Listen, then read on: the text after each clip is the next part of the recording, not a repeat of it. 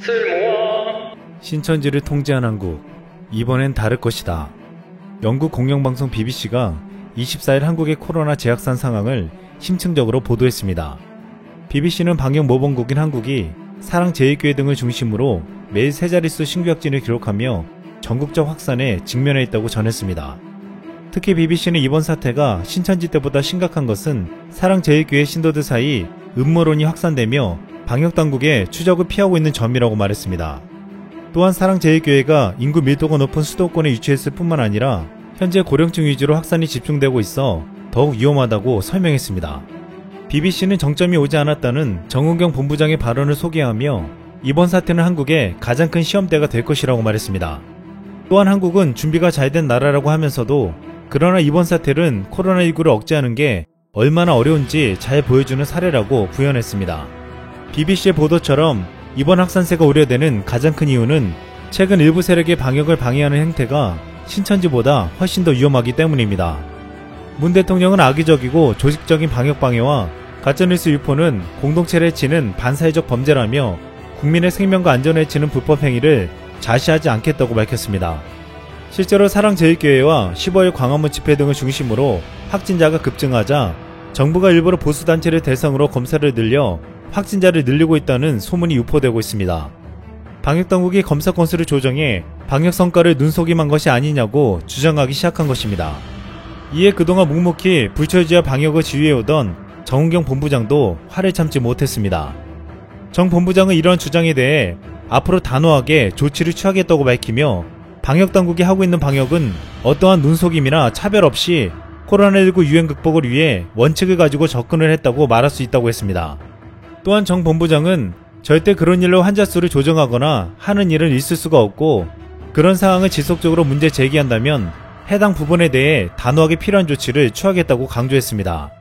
그동안 강력한 리더십과 풍부한 경험으로 K방역을 이끌었던 정은경 본부장은 사회적 거리두기 3단계 적용 필요성을 매일마다 고민하고 있다고 토로했습니다. 문재인 대통령은 사회적 거리두기 3단계 격상은 결코 쉽게 말할 수 있는 선택이 아니라고 말하며 3단계 격상은 일상이 정지되고 일자리가 무너지며 실제로 막대한 경제적 타격을 감내해야 하고 의료 체계까지 무너질 수 있다고 했습니다. 그럼에도 지금 상황은 3단계를 고민하지 않을 수 없게 만들고 있습니다. 정은경 본부장은 한 명이 접촉자 수백 명을 만들어 결국 기하급수적으로 증가할 위험에 놓여있다고 말했습니다. 최근 일부 보수 유튜버들도 선을 넘으며 황당한 주장을 펼치고 있습니다. 한 유튜버는 보건소에서 양성을 받아도 병원에서 재검사하며 음성으로 판정받는 사례가 있다며 이것이 정부가 조작하고 있다는 증거라고 했습니다. 또한 한 유튜버는 광복절 집회를 망치기 위해 정부가 바이러스를 의도적으로 침투시켰다고도 했습니다. 더 나아가 보수 성향의 한 인터넷 게시판에는 최근 중국 시진핑 방한 논의를 언급하며 시진핑이 문재인 대통령과 짜고 코로나를 퍼뜨렸다는 주장까지 제기했습니다.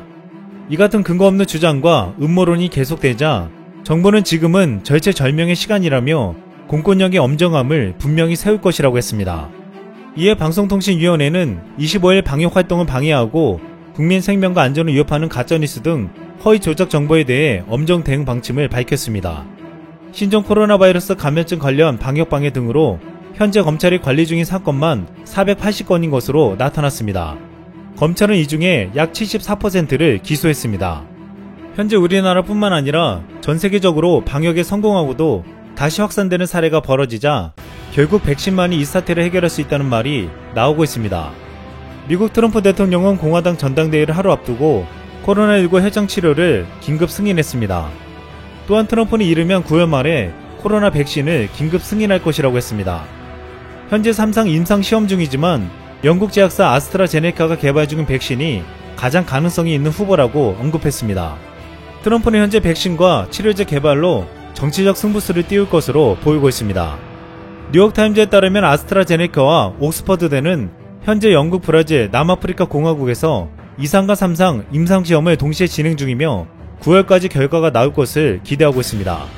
우리나라도 현재 열심히 백신을 개발하며 외국 제약사들에게서 확보하는 것 또한 준비해 나가고 있습니다. 빌 게이츠에게 360만 달러의 투자를 받았던 SK바이오사이언스는 지금 현재 열심히 백신을 개발하고 있습니다. 빌 게이츠는 SK바이오사이언스가 백신 개발에 성공하면 내년 6월부터 연간 2억 개 백신을 생산할 수 있을 것이라며 한국이 민간 분야에선 백신 개발 등의 선두에 서 있다고 평가한 바 있습니다. 또한 SK 바이오사이언스는 백신 개발에서 가장 빠른 속도를 보인 영국 아스트라제네카와 미국의 노바백스와 위탁 생산 공급 계약을 맺었습니다. 정세균 국무총리는 24일 한국의 코로나19 치료제 개발 상황과 관련해 국제적으로 뒤지지 않게 열심히 개발하고 있다며 아마도 연내에 치료제를 선보일 수 있을 것으로 생각한다고 말했습니다. 정 총리는 이날 국회 예산결산특위에서 혈장 치료제도 있고 약물을 재창조하는 것도 있다며 이같이 밝혔습니다. 특히 우리나라는 백신 생산 능력이 있는 믿을만한 회사들이 있다며 아마도 유럽 쪽이나 미국 쪽에서 백신이 개발되면 대한민국에 있는 기업에서 그 백신을 생산하게 될 가능성이 높고 그 경우 생산지인 대한민국이 우선 확보할 수 있는 물량도 있을 것이라고 기대하고 있다고 말했습니다. 전세계 국가들이 앞다투어 백신을 확보하려 하고 있는데 아직 한국은 뚜렷하게 확보한 것이 없이 뒤처지고 있다는 보도가 나온 바 있습니다. 사일 블룸버그 통신 등 외신에 따르면 미국과 영국, 일본 등의 코로나19 백신 선구매 규모가 13억 회 분량에 달한 것으로 집계되었습니다. 이렇게 미국과 일본, 유럽연합 국가들이 백신 선정 경쟁에 뛰어든 것으로 전해지면서 당분간 나머지 국가에서는 조달이 불투명할 것이라는 분석이 나오고 있습니다. 국내의 경우 코로나19 백신 공급을 위한 일련의 계약 등의 절차는 지금까지 진행된 바가 없었습니다. 그런데 일부 전문가들은 한국이 대처하는 방식이 더 앞서 있다고 말하고 있습니다. 우리 정부는 지금 단계에서 선정 경쟁을 실시하는 것은 이른감이 있다고 평가하고 있습니다. 손영래 중앙사고수습본부 홍보관리반장은 지금 단계에서 백신이 어떤 형태로 개발될지 모르는데 먼저 공급 계약을 체결하는 것은 이른감이 있다고 판단하고 있다며 세계적으로 상황이 급한 나라들이 일단 임상 3상에서 어떤 결과가 나올지를 차치하고 우선 공급 형태로 계약을 체결하고 있는데 백신이 검증되지 않은 상태에서 이 같은 계약이 쓸모가 있을지에 대해서는 임상 결과를 보면서 접근할 필요가 있다고 말했습니다. 이미 러시아에서 푸틴이 3상 임상시험을 거치지 않고 백신을 내놓았다가 불신받고 있고 트럼프가 백신을 긴급 승인하겠다고 하자 미국 감염병연구소 파우치 소장은 바로 효능이 확인되기 전 상태에서 백신이 긴급 사용 승인되면 안 된다고 말했습니다. 한국은 25일 기준 전날 280명의 신규 확진자가 나오며 또다시 절대절명의 위기를 맞이하고 있습니다. 이에 많은 국민들은 그동안 지휘해온 정은경 본부장이 이끄는 방역본부를 믿어야 한다고 말하고 있습니다. 한때 일본 언론들은 정은경은 한국의 영웅인데 겸손하기까지 하다고 칭찬하며 왜 일본에는 정은경 같은 인물이 없냐고 한탄했습니다. 이후 일본은 정은경 본부장이 지휘하는 한국의 질병관리본부를 따라 일본판 질본을 만들기도 했습니다. 최근에 영국에서는 정은경의 질본이 모델이라면서 영국이 한국의 질병관리본부를 모델로 하는 새로운 보건조직을 출범시켰습니다. 영국 행콕 보건장관은 보건기구가 팬데믹 등에 초점을 맞추는 한국의 질병관리본부로부터 시스템 운영을 배울 것이라며 새로운 조직은 국민을 생물학 무기, 전염병 등으로 보호한다는 단일한 목표만 가질 것이라고 했습니다. 국민의 신뢰를 한몸에 받고 있는 정경 본부장은 하루하루 수축해지는 낯빛과 늘어나는 정수리의 흰머리를 보여주며 혼자서 팀 프로젝트를 끌고 가는 멱살 캐리 팀장 같다는 소리가 나오고 있습니다.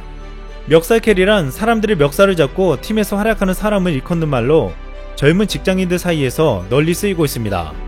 현재 제대로 말을 듣지 않는 사람들을 멱살을 잡아서라도 바이러스로부터 지켜주려고 홀로 안간힘을 쓰고 있다는 것입니다.